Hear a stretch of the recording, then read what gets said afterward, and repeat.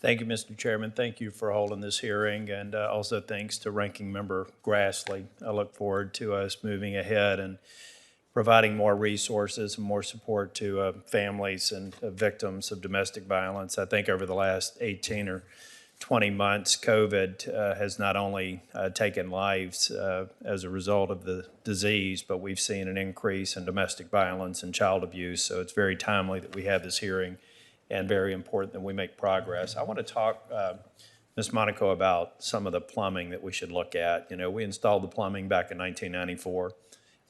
We had a GAO report in 2012 that talked about the DOJ lacking visibility or the extent to which the programs overlap.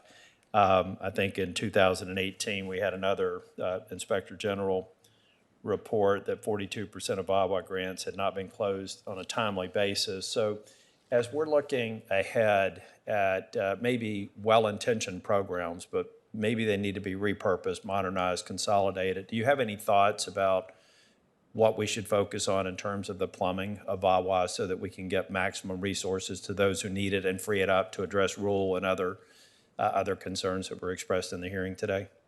Well, thanks very much, Senator. And I think you're quite right to focus on the specifics of how we're making sure we're getting that funding out to the people who need it, and how we make sure that we're using that those dollars to their best effect. As you know, the Violence Against Women Act funds these critical programs, and then recipients of those grants have to file regular financial reports and reports on the services they are providing. The fact that I could tell Senator Whitehouse that there are 2 million transitional housing nights a year with those grant recipient fundings is because of those reports. Now, I think we have to be exceptionally diligent in how we are monitoring the use of those funds, and I'm confident that we have the capability to do that. And I'm also pleased that we have been able to get out the funds for the Violence Against Women Act, for the Office of Violence Against Women's 2021 funding that would have expired on September 30th of this year had we not gotten it all out the door to the people who need it. And we've been able to do that, and nearly $500 million in those funds as of September 30th. Thank you. I think as we go through this process, it would be very important just to see how the administration of the program and the future oversight can be improved and modernized. We would appreciate that feedback. Happy to work with you, Senator, on that. And I know this is an area of particular focus for you. Thank you.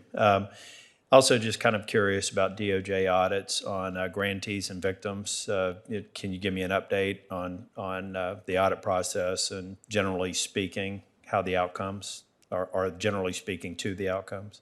Well, Senator, as I said, the VAWA programs themselves in the Office of Violence Against Women does require regular reporting on the use of the funds, how those funds are being distributed, what services are happening as a result, and that's a very, very important part of the success of VAWA, being able to see where dollars are effective and add to those, and where they're not, to look at other innovative ways to expand and provide services.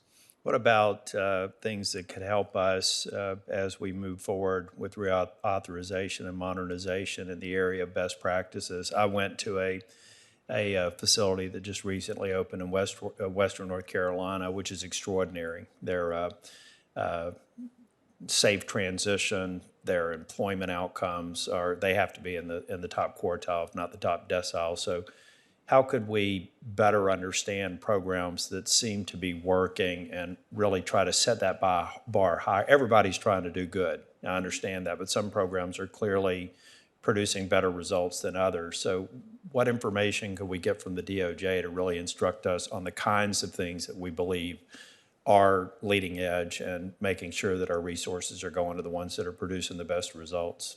Well, first, I'd say that I'd be happy to give you a more in-depth briefing about how we identify the best programs and best practices. I view it as the job of the Department of Justice, through the Office of Justice Programs, Violence Against Women Office, the COPS Office, to basically be a force multiplier and an identifier of best practices, to lift those up see where great innovative work is being done in the states, in local communities, because that's what it's all about. The federal government absolutely doesn't have the best information on this. We need to identify the great work that is going on locally, fund it, and then expand it and give it a broader audience.